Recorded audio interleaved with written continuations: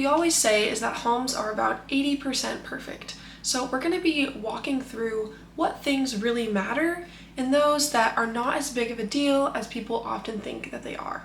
Ultimately, your goal as a buyer is not to find the prettiest home, the one with the most cosmetic appeal, but rather the property that's going to suit your needs and is a good investment for the long term. And that looks a little bit different for everyone. Hello everyone, my name is Madison Arthur, a local real estate broker here in Seattle, Washington, helping buyers and sellers find the right fit throughout the region. Okay, so number one, we're going to be starting with the structural elements of a home. These absolutely matter the most and not something you should overlook.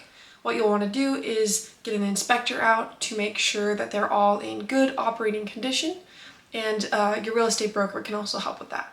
So the first is your roof. Definitely make sure it's in good condition, especially in the Pacific Northwest as we see a lot of rainfall. Next is the foundation. Make sure you look for cracks and uneven floors, slippage outside. You can also look at the doors to see if they've moved over time and have difficulty closing.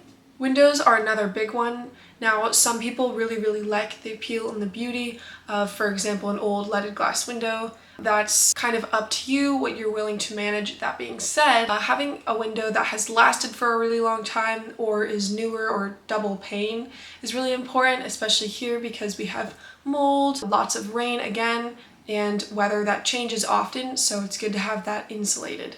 On that note, generally good insulation. So you can go ahead and check your attic and make sure that the insulation is really good there. You can also test the heating and cooling in the house to make sure that it's efficient. This is something that, again, your inspector can help you do. Lastly, all of your major systems like HVAC, plumbing, and electrical. Make sure those are all in good condition, and if your inspector says that something needs to be further investigated, absolutely add that into your timeline if you're under contract, or check out those things ahead of writing an offer. Okay, now we're going to move to some cosmetic things that I really think are not important when looking at a property. The first one is, of course, paint. This can be so easily changed, and it really changes a home's complete aesthetic. Now, on that same line of thought, you also have old carpet. Carpet is something that is not expensive, and it can be a relatively easy fix. And sometimes there are hidden gems like traditional old hardwood floors underneath carpet that you could potentially salvage. So I wouldn't let that deter you from buying a property. Next is overgrown landscaping. Now, one caveat that I will say is that sometimes how someone has maintained their yard is how they've maintained their house. So it is a first impression, but it could go a little bit deeper than that. However, if you've checked out the home and the landscaping is really what's holding you back, then I don't think it's that big of a deal because that can always be changed. It's not super hard to clear out a yard and start anew. It's also kind of a fun project to be able to create your vision and kind of do whatever you want. So not a super big deal, but only if the home is in really good condition. So make sure to check both individually. And the last cosmetic thing that I think is not super important is outdated fixtures, handles, and lighting. These can all be relatively easily fixed, and they shouldn't stop you from purchasing a home because they're not expensive and they can add a ton of value just from a cosmetic standpoint if you're to fix them yourself. All right, next we have the home's layout and natural light. So these are things that really are hard to change and so important, and I believe are often overlooked as well. Someone will walk into a home and maybe it's a sunny day and they'll think, oh, this is just wonderful. However, is it north facing? Is it south facing? What face is the home and where is your sunlight coming in? If you're more of a morning person, maybe you want a home that has really good natural light during that time of day. If you're really into evening, afternoon cocktails or activities, then focus on a time of day that you really need that natural light. Potentially it's more in the afternoon.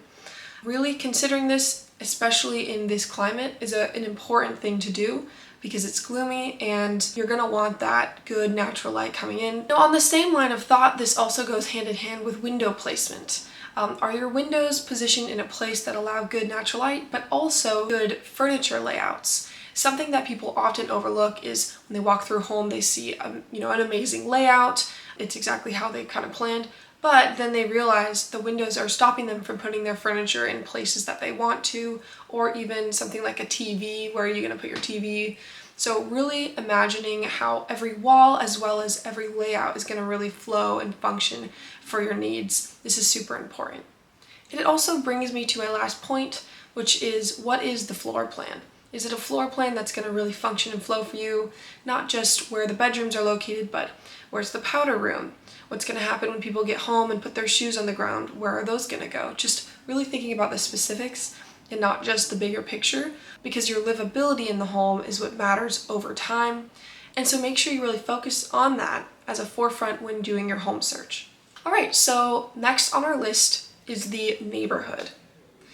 Now, of course, it is super, super important to have a neighborhood that feels safe to you, but something I definitely recommend looking into as well is, what's the noise level? How is parking during all times of day? Something to really look into are the developments that are going to be happening near you over time. So you can check out a website called Seattle in Progress. For example, this is the greater region all the way spanning out through, I believe, Sammamish, and it'll tell you exactly what's to come in the following years. I'd check this to see, how your neighborhood might change over time and how your value could be influenced. Now, everywhere is just a little bit different. It's definitely good to look into.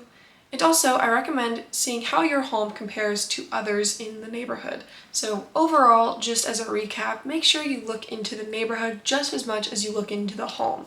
Do lots of drive-bys, potentially talk to some neighbors, assess what makes sense for you and what you're looking for, not just in home, but location.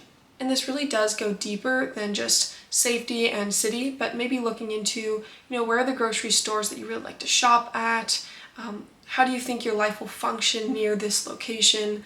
Does it have public transportation? Should that be important to you? All of these things really do matter when you think about your livability. And if that's any big takeaway from today, think about your livability in the home more so than anything else. And my last and final point to make is that you're always going to want to be very strategic when assessing your inspection report. Now, there's tons of tiny fixes that will always come up. Now, these are things that I can help you read through, so is it really important or is it actually a minor fix? But understanding what's worth doing and what's not will help you negotiate with the seller and also feel more comfortable with your investment. There's always going to be little things, but the big ones are those that you need to focus the most energy and time into understanding. So never skip out on the inspection, whether it's offered by the seller or you do one yourself. Right now we're in a market where you really have the flexibility to take the time to do an inspection and ask for repairs or money or more time to further investigate things. So I definitely would put that on the very top of my list. And that's kind of what I have for you today. Thank you so much for watching my video. Follow along as I create more real estate videos about the entire region and the neighborhoods within it. I'll see you for the next one. Bye.